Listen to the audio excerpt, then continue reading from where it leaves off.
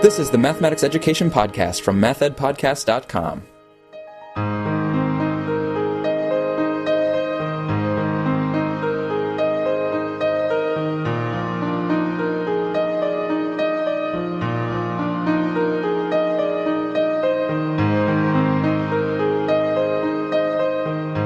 Welcome to the Math Ed Podcast. I'm Kevin Moore from the University of Georgia and a guest host for this episode. Joining me is Steffe, an emeritus professor from the University of Georgia and formerly a distinguished research professor for 50 years at UGA.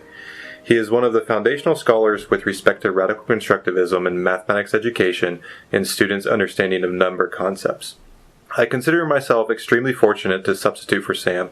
Les's pioneering research into students' mathematical thinking has not only influenced the field in unquantifiable ways, but his work in mentoring has been one of the most significant influences on my thinking and perspective on mathematics education. Les, thank you for being here, and I look forward to our conversation.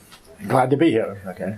All right, let's go all the way back to the beginning. How did your career in mathematics education begin?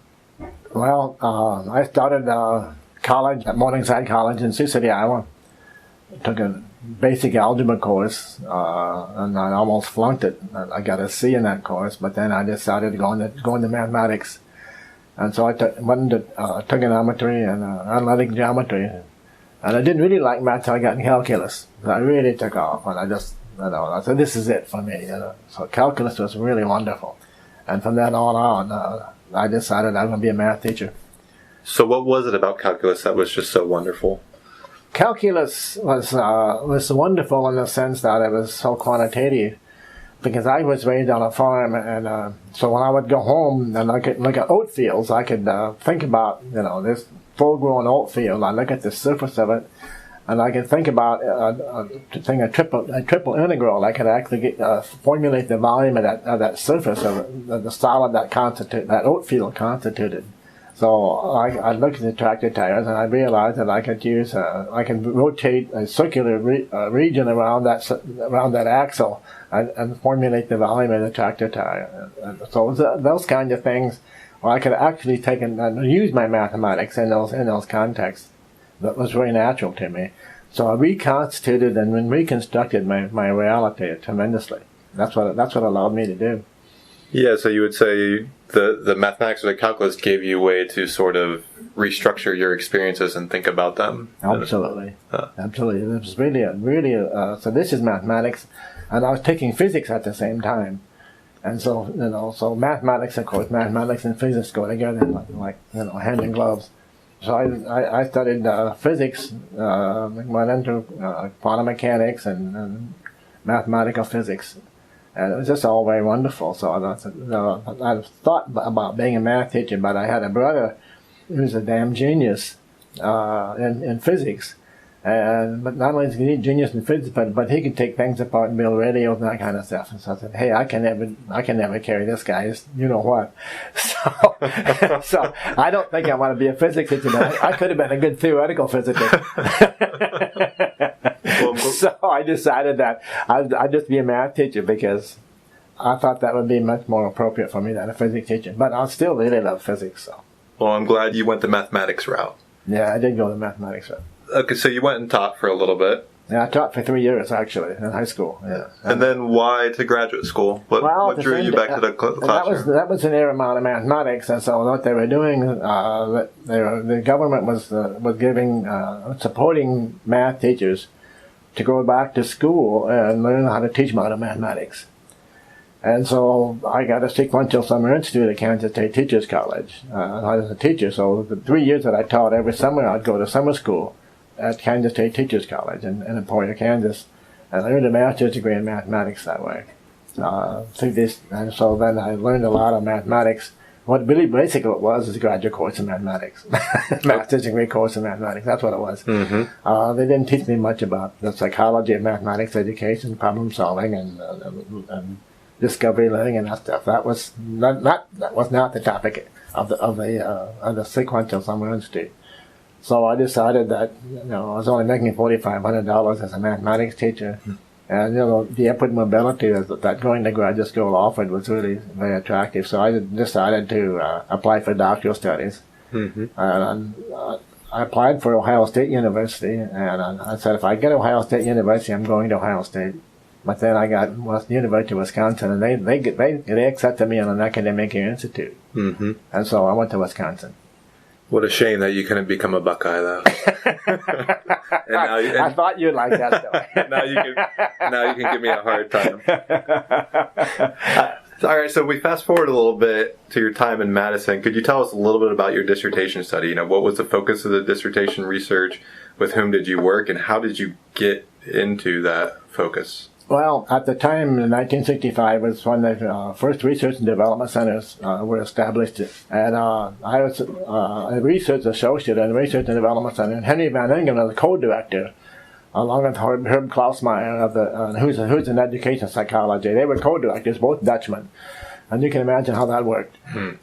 But they were co-directors, and Van Ingen was, at that point, developing what he called patterns in arithmetic, which was an elementary school mathematics program based upon a telecast, and so he would telecast to the teachers in the state of Wisconsin. He would do these telecasts every week, and so I became involved in actually working with the television teacher. That was my job, to work with the television teacher.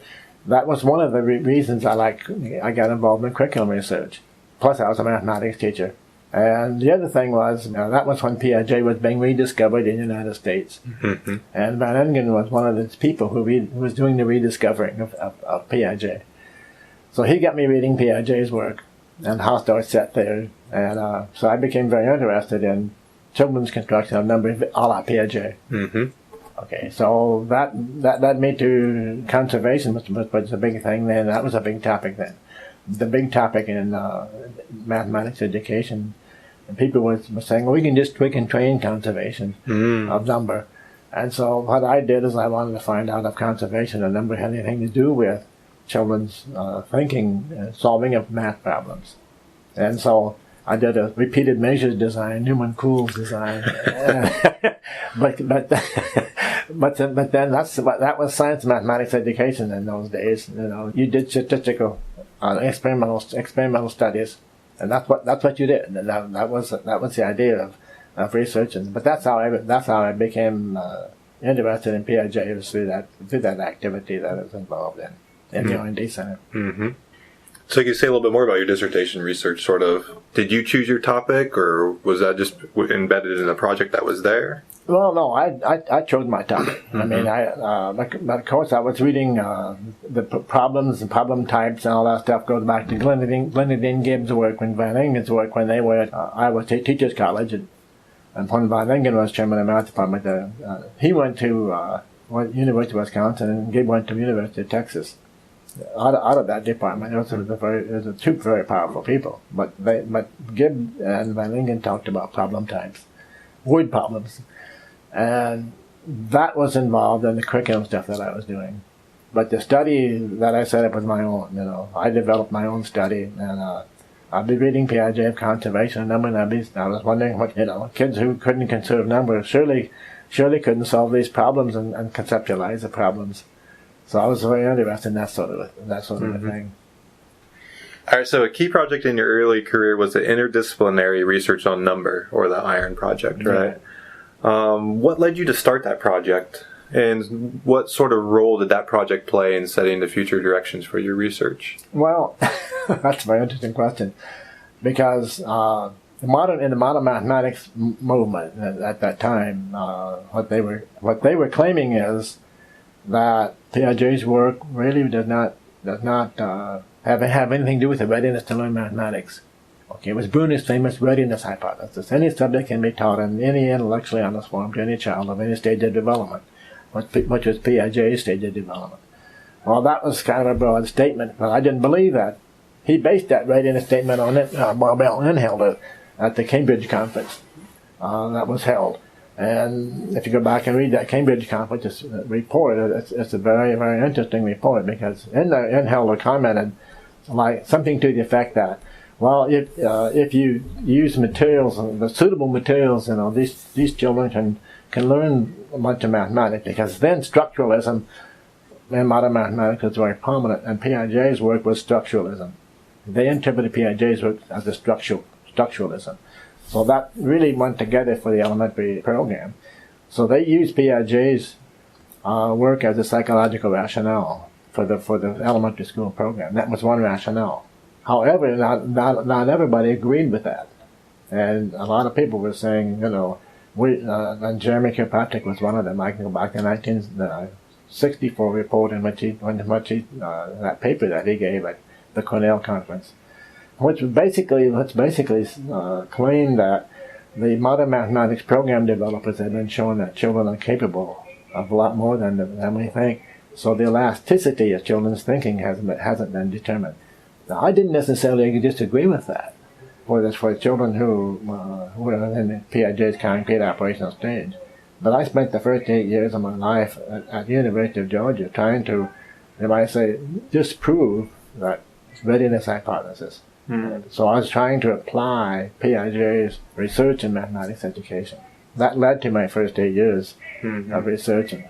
But I was doing experimental research, Stanley and Campbell kind of research, Newman Kuhl's kind of, statistical kind of studies. That became extremely accretional for me, and I was getting very frustrated with it because I really wasn't learning the children. I was doing experimental studies, and there was some teaching involved. There was interaction with the kids, but I didn't feel like I understood these kids. I just didn't understand these children who were pre-operational. I don't know what their mathematics was like. I don't know what their thinking was like. I can disprove, and I disproved over and over that readiness hypothesis of Bruner. I disproved it several times in several contexts, but I still didn't understand the kids. So hence the future research that you engaged in. That was part of my future research agenda. So I realized at that time. So what I did is I returned to the teaching myself as a teacher. So myself as a teacher was in conflict with myself as an experimental researcher. So I went out. I taught with a couple of graduate students. Jim Herstein was one of them, and Curtis Pike was the other one. Taught 2 classes of first graders. I wanted them to teach me what they knew, and that was. I realized that I had to develop. I can't just apply Piaget psychology that was developed for a different reason. I can't do that.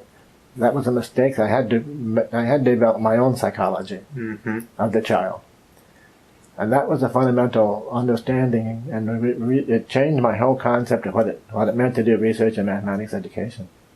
My whole concept of who I was and what kind of a researcher and what my goals were changed. Trying to apply Piaget's psychology to prove Bruner wrong, to actually doing teaching experiments.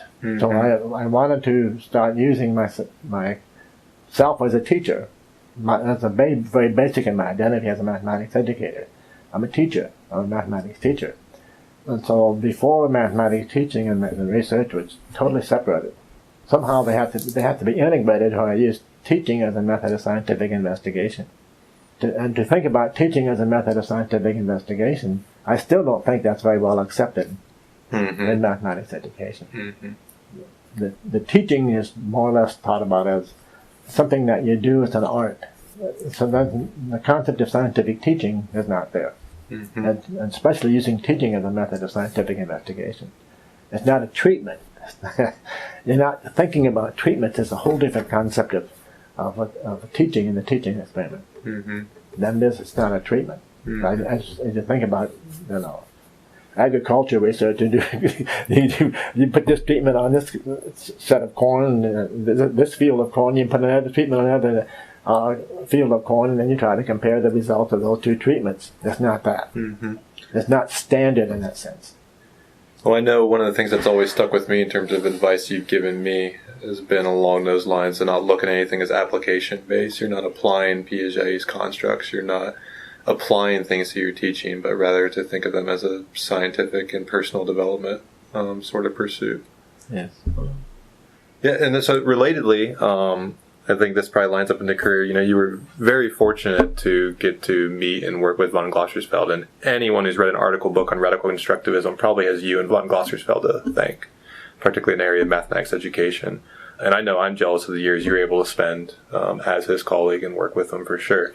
I know we've had so many conversations about him, and getting to hear your experiences with him is just fascinating. So maybe if you would talk about, how did you develop that early relationship with von Glossersfeld and radical constructivism, and what has that, helped you do in terms of your career? Well, I did not know von Glossersfeld, but von Glossersfeld came to the United States to work in U.S. U.S. Air Force project where they were doing Russian translations. What they wanted to do is they wanted to do computer translations of the Russian language. Apparently that fell through, and so he started working in Atlanta in what he called with chimpanzees, because he was a linguist in the language. And so by working with the chimpanzees, the question was, do the chimpanzees have a language? I don't know exactly how he became associated with the University of Georgia and Charles Mach, but I think it was through that project somehow. But Charles Mach was a Piagetian and had visited Piaget in Geneva, and I worked with Charles. I mean, we were working together in the Research and Development Center for Educational Stimulation here, and Charles Mach was one of the principal people in that. And so, he knew that I knew something about Piaget. So he started working on the committees of my students. He was a Air Force pilot in the Second World War, but he had a heart problem. So he died very young of a heart attack. But somehow von Glossersfeld became associated with the University of Georgia, and that I don't know how it happened. But he started working with Charles Mach. So Charles was working with him, and he's working with me. So he introduced us. And I went to one of the seminars that von Glossersfeld offered. Charles invited me to that seminar, and von Glossersfeld was talking about the frog and catching a pellet, and thinking it's a fly. Mm-hmm. He went through that experiment, and so, so from then I was really hooked.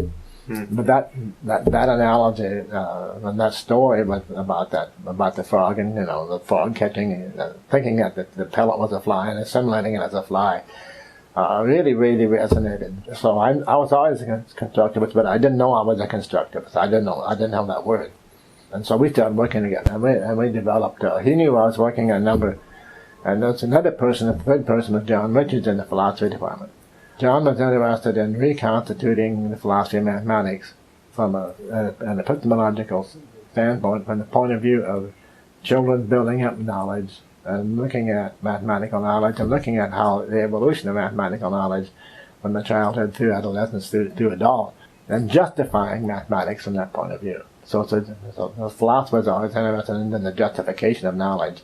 So he was interested in the justification of mathematics through its construction by children, and that's how he was oriented. And so that fit very nicely with von Glossersfeld, and fit very nicely with what I was doing. So the three of us developed iron, working on iron, all having different agendas, but yet coming together with respect to the problem site. And the problem site was the teaching experiments that I did with children, and analyzing the videotapes of the teaching experiments. I think that really echoes something you've said to me several times about mathematics education being truly interdisciplinary, just in its nature. Right? You've made that comment several times. I think it is interdisciplinary, but it's interdisciplinary in a way that people don't think about interdisciplinary research. I don't know how people think about interdisciplinary research, but it seems like they say, okay, they got this discipline, that discipline. You're going to do interdisciplinary research. All you have to have is three people from this associated disciplines together, and that's just not the way I see it. You have to have people who are really, really integrally involved, working together and have common orientations, so that they have their own projects, they have their own reasons for being, but you're working on a context and a problem site, so they can manifest themselves in that problem site. That's true interdisciplinary research. So you learn from one another. You have to learn the language I had to learn the language of philosophy. I had to learn the language of epistemology from Von G. He was developing radical constructivism at that point in time, but he's also involved in the research that I was doing conceptual analysis. So I was doing conceptual analysis. So they were learning from me for what I had to offer for them, for the children, and the analysis of the children, and we would fight like mad about what all that meant. And I wouldn't take a back seat to them. There was a philosopher and a guy who knew 4 languages, and here I was as a math educator from Iowa, trying to teach these characters. But they backed up. They really learned to respect these children and the development of what I was trying to do. And in fact, it became so dramatic that John started working with Karen Fuson on her project and taught Karen all I knew. But that's an aside. but that experience, I think, of interdisciplinary was pretty unique. And I see people now trying to encourage psychologists and math educators to write companion papers and that sort of thing. I think it's an interesting experiment. But unless you really work on problems, I don't think it's going to amount to much. Mm-hmm. I'm speaking with Les Steffe about his career in mathematics education. Among his many accolades, Les is a recipient of the Senior Scholar Award from the AERA Special Interest Group on Research in Mathematics Education. And his research has produced models of student thinking of number, fractions, and multiplicative reasoning. Les, your work has spanned a lot of ideas over a long period of time. What contribution are you most proud of? Putting you on the spot. And you can't say all of that. I won't let that fly. Well, as I think back on it, probably the thing I'm most proud of is that we were being creative. We developed a lot of creative ideas that weren't there before we went through this work. But I'm always using the plural. We, but not just with Van Glassesfeld and Richards. They didn't need me, but my students did. And I think by taking people like Pat Thompson and Ranzer and Bob Wright and people like that out into the field in constructing children's mathematics, teaching them how to do conceptual analysis, and them teaching me, you might say, in many cases, the intricacies of conceptual analysis, and working with children like that. And I think probably what I'm most proud of is the you might say, the development of these really powerful researchers in math education through that process, which socializes the work that we were doing in a way that would not have been possible otherwise. So working with them, working with these doctoral students in that way is really, really critical for the field. This research is critical for this research program. I'll say the field, but I'll revise that to say it's critical for the research program that you have lots of various investigators operating in the research program that will extend it, who understand deeply what you're doing and what's involved. Because after all, no research is going to live forever. You've got to have people coming up and building on it and extending it and willing to do the hard work that's involved. So I guess I'll take advantage of this topic and go off script a little bit, particularly in terms of this is a question I always have. For those of us working with doctoral students out there, what is your best advice supporting the development of your doc students so they become, what you're trying to help them grow into? A lot of empathy. You got to have them. You got to work with them in such a way that they're co-researchers, not doctoral students. They have to be genuine researchers with you. While they will defer to you, you always have to give them lots of freedom, encourage creative thinking. And so, sometimes, that comes back, I can hit you in the head, but that's okay. That's okay. I can remember Pat Thompson flouncing out of my office one time, just mad on what him. And he came back. I don't know if he's going to come back, but he did come back. But that sort of thing is really very important. Okay. Well, they were doubting. He was doubting me, you see. And I've had other people doubt me, other doctoral students doubt me like that. But that's good, and that means that means they're growing up. That growing up process is really critically important. They got to grow up. They got to grow up as researchers in math education. And to do that, you got to help them grow up. You can't dominate them. You got to treat them as colleagues in that research process. It's not social colleagues. It's conceptual colleagues. Mm-hmm. The social colleagues, for me, you only develop later. And I always have to wait till doctoral students. If my students are out of school 2 or 3 years, then we become great friends. Before that, we weren't really friends. We were colleagues. Which is a distinction I think is important. Mm-hmm.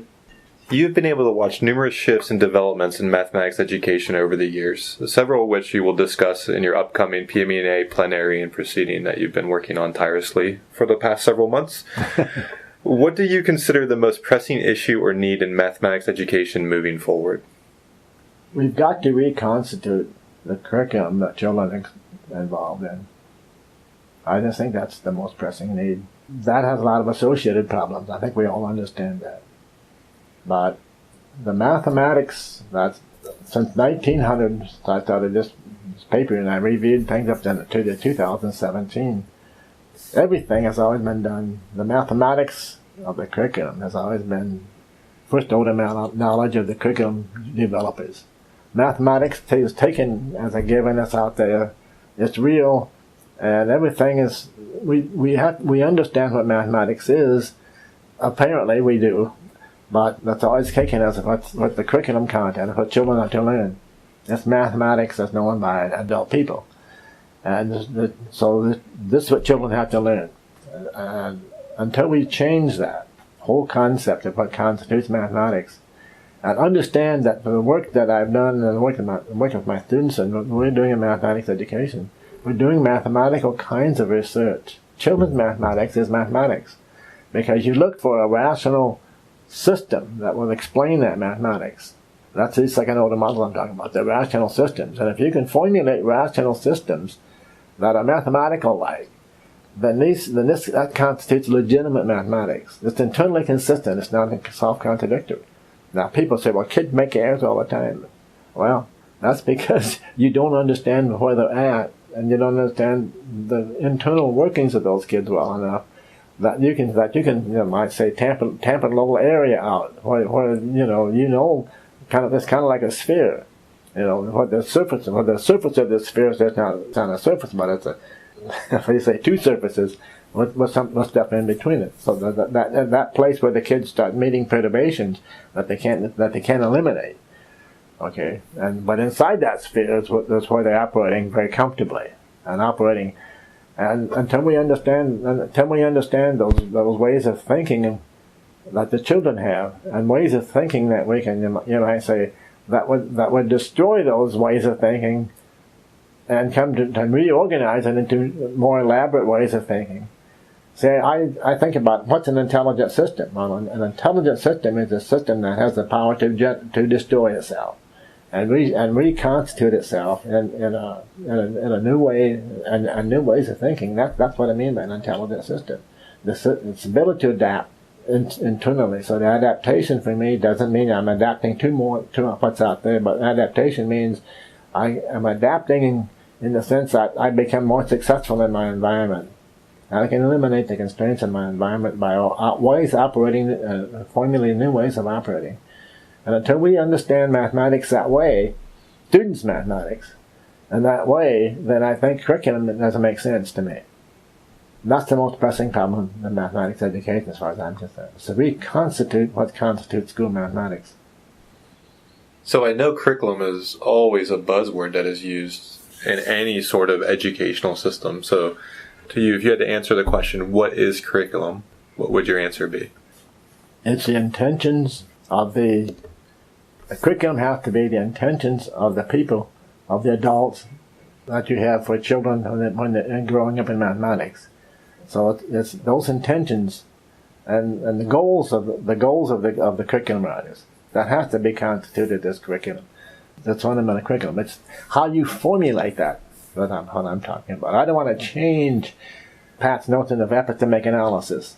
But still this analysis of the concept and operation of all ways of thinking. That's an integral part and a very important part of curriculum. But it has to be changed in the sense that we understand the systems that we say that our epistemic students, we understand those in such a way that we see how they grow and develop. And it's not necessarily towards that endpoint that we have analyzed. It's not that at all. We don't necessarily have to have the endpoint of the epistemic of all those ways, wonderful concepts and operations. These students may go off in a different way and not go the way we'd like for them. But we need to be flexible in the sense that we may be developing geometrical thinkers in some cases, and then everybody doesn't have to learn fractions. Okay, so we have to be much more variable in how we think about curriculum. So it's not grade level, it's not content level. It's student-centered in such a way that we evolve the students in ways that seem natural for them. Final question, and in the spirit of Sam's traditional podcast, if you had not worked in mathematics education as a career, what can you imagine yourself having done instead? Oh. Well, I did like physics. In school. I did often think about what it would have been like to be a mechanical engineer. But then, on the other hand, physics and mechanical engineering would have appealed to me, but then I always liked to read about European history as well. But really, what really basically interests me is farming. I could have been a really good farmer because I grew up. That's my childhood experience. I have brothers who are farmers, very successful farmers. So I could have been a successful farmer. Well, I'm glad, and I thank you for becoming a mathematics educator. So on that note, Les, thank you for agreeing to do this and taking the time to share your perspectives. And on behalf of the entire field, thank you for all the work you've done and everybody you've influenced. And I look forward to PME&A and hearing you speak there. Thank you.